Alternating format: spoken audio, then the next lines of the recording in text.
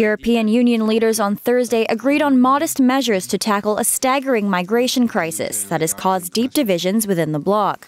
The measures we have agreed today will not end the crisis, but they are all necessary steps in the right direction.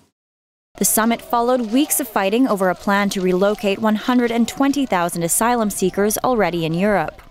That was settled Tuesday when interior ministers took the unusual step of forcing some smaller countries into the plan. That figure is dwarfed by the numbers that governments now project will try to seek refuge in the EU over the coming years.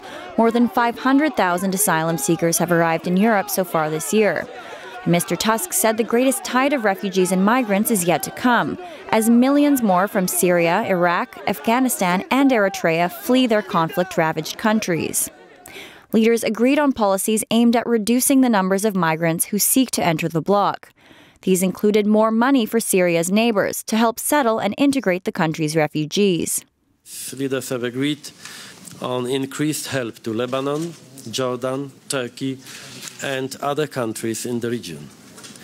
More assistance will be offered in exchange for reinforced cooperation.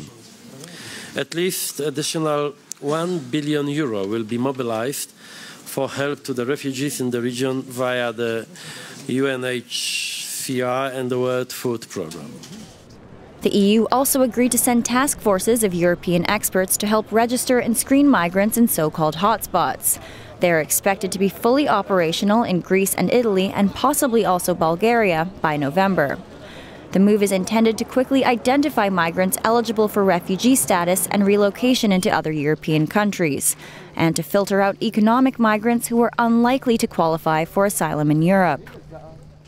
Addressing the German parliament on Thursday, German Chancellor Angela Merkel stressed that a global approach is needed to resolve the migration crisis.